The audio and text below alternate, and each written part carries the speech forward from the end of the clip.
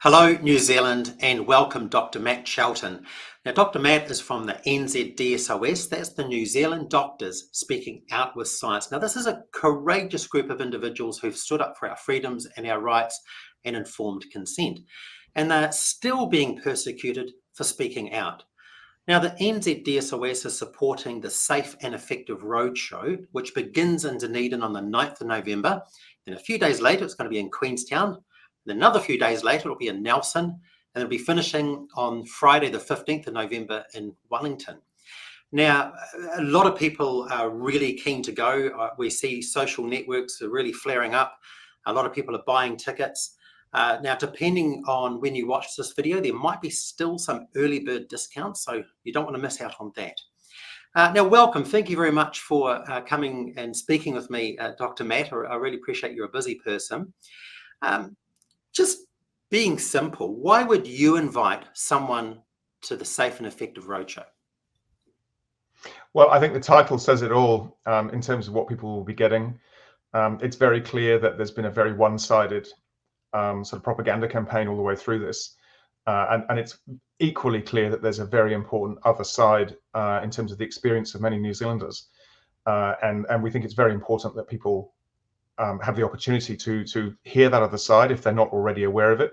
And people that are, it's important for them that they become further upskilled and confident, I guess, in some of the main sort of important sort of landscape research literature and you know, to discover the extent actually of the harms that have been done that really undermines this nonsense of safe and effective. And you being a doctor, what sort of topics are you going to be bringing to the table? Well, I'll be speaking as a doctor without a current practicing certificate, so I'll certainly be making that clear. But for me, the very important kind of milestone evidence along the way that we've of course been writing about and lobbying politicians and all other officials as well since the beginning are very important to remind people of. That these are often peer-reviewed mainstream journals that carry this sort of confirmation that there have in fact been unprecedented harms, and these things plainly don't work as well. And that's the experience of many people who've had rolling waves of COVID over and over, despite often multiple vaccinations.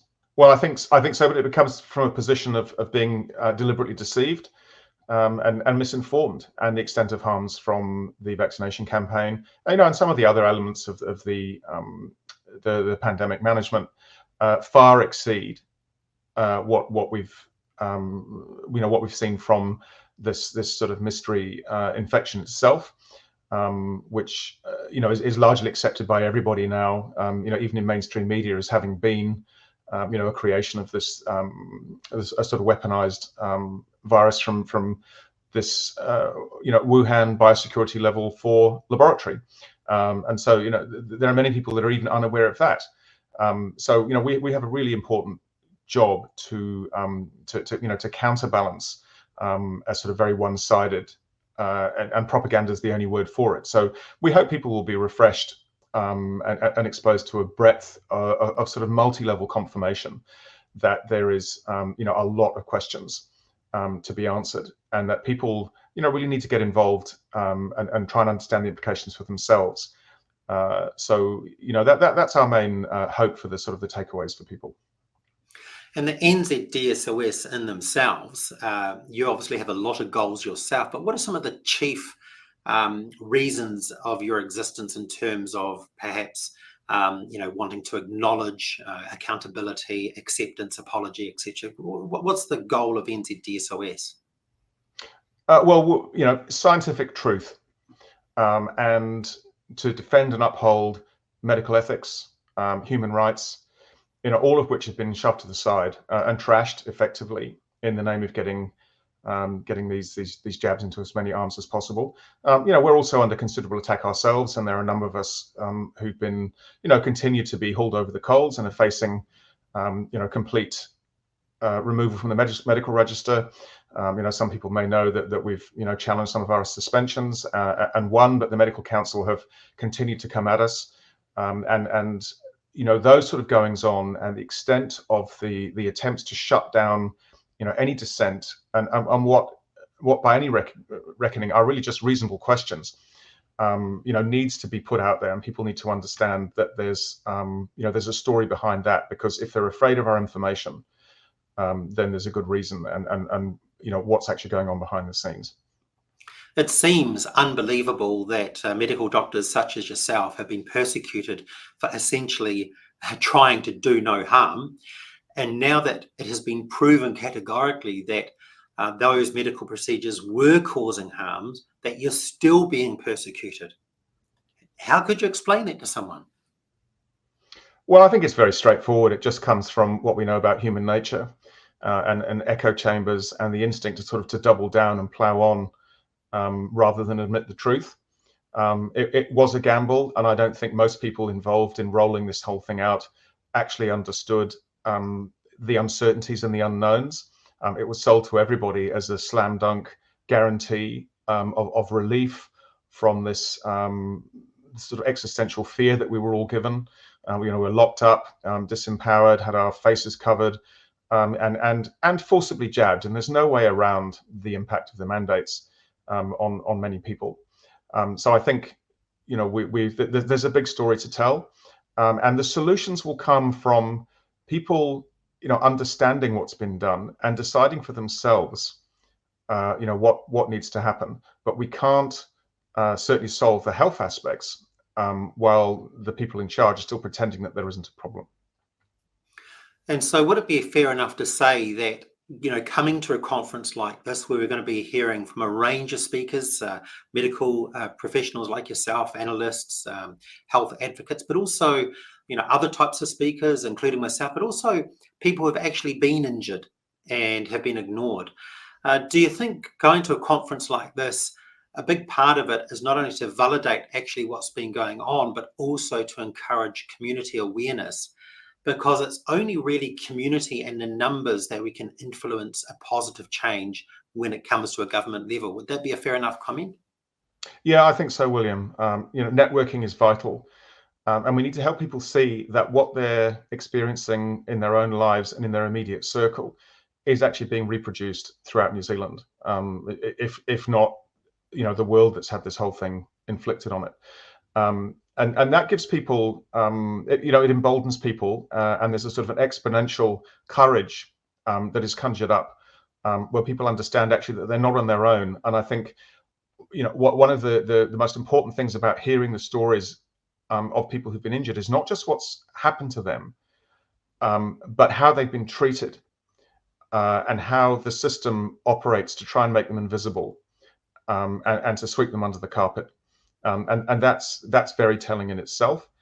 But it's something that, enough of us who all understand that this is happening, it is real, and what the implications might be down the line, can stand together, and start to fix. We obviously, the NZDSOS had their own conference recently, and I had the privilege of meeting you at the Christchurch conference. And in fact, we had a wee interview, and if anyone wants to look at that interview, it's on the Brilin YouTube channel. But what really got me, there's a couple of things that got me in your conference. One was just how motivated the audience was. The engagement of the audience was electrifying.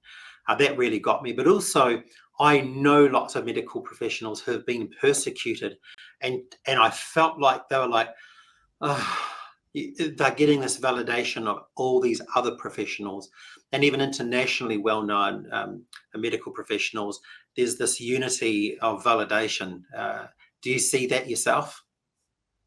Oh, I do, and that's the fabulous thing about the truth. It stands on its own. It's very clear, and it doesn't need defending. And there are many absolutes, and they've been handed to us on a plate, really, by the very notion of safe and effective, which we're discussing. Plainly, this thing hasn't worked.